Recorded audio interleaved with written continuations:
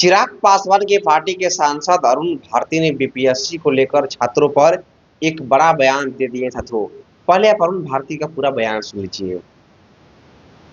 इस मुद्दे को लेकर के जिस तरह से एक शांतिपूर्ण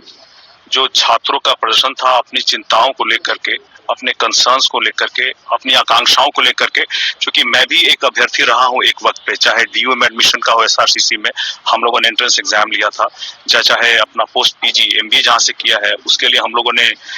एग्जाम लिया था, जीमेट का, टॉफल का, और इसके बाद अलग अलग जो परीक्षाएं हम लोगों ने ली है अपने जब थर्ड ईयर में थे, चाहे कैट का एग्जाम हो, चाहे एक्सएलआरआई का एग्जाम हो, तो हम लोग को पता है कि इसमें कितनी तैयारी लगती है, कितना कठिन होता है। उनके एस्पिरेशंस को हम लोग भी समझ सकते हैं। एक शांतिपूर्ण तरीका था उनका ये बताने के लिए कि भाई हमारी जो चिंताएं हैं उसको सरकार सुने और उसको संहिता से समाधान करे। ये भी मानना होगा कि सरकार का भी दायित्व होता है और सरकार की अलग अलग बीपीएससी का खास करके आयोग का ये दायित्व है कि अलग अलग जो परीक्षाएं होती हैं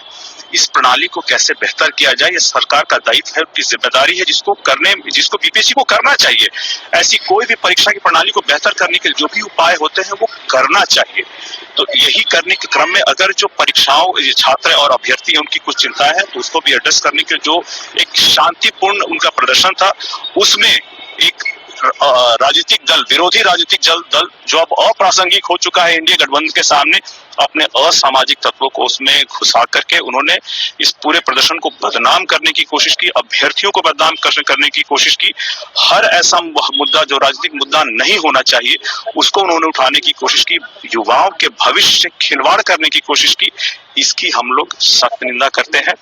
किसी भी दल को, खास करके अभ्यर्थियों को और युवाओं के भविष्य को लेकर के कोई भी मुद्दा जो होता है उसको राजनीतिक हथियार नहीं बनाना चाहिए और इस बारे में उनको सोचना चाहिए कि इस तरह की अगर चीजों को उठा करके अगर राजनीतिक मुद्दा बनाएंगे तो आगे आने वाले जो अलग अलग परीक्षाएं होंगी उस पर उसका प्रतिकूल प्रभाव पड़ेगा। सरकार का इसमें उनका स्वागत होना चाहिए, उनको भी नई परीक्षा की प्रणालियां लाना चाहिए, कोशिश करना चाहिए कि इसमें अभ्यर्थियों को भी जहां तक हो उनकी चिंताओं को, आशंकाओं को समाधान करना चाहिए। और हम लोग चाहेंगे आने वाले समय में भी, चूंकि अभी क्या है कि जब भी प्रीलिम्स होने वाला है 13 दिसंबर को, 17वीं जो ये है उसका बीपीएससी ने ऑलरेडी एक क्लैरिफिकेशन दे दिया है कि इस वाले में नॉर्मलाइजेशन लागू नहीं है, जिसका स्वागत है।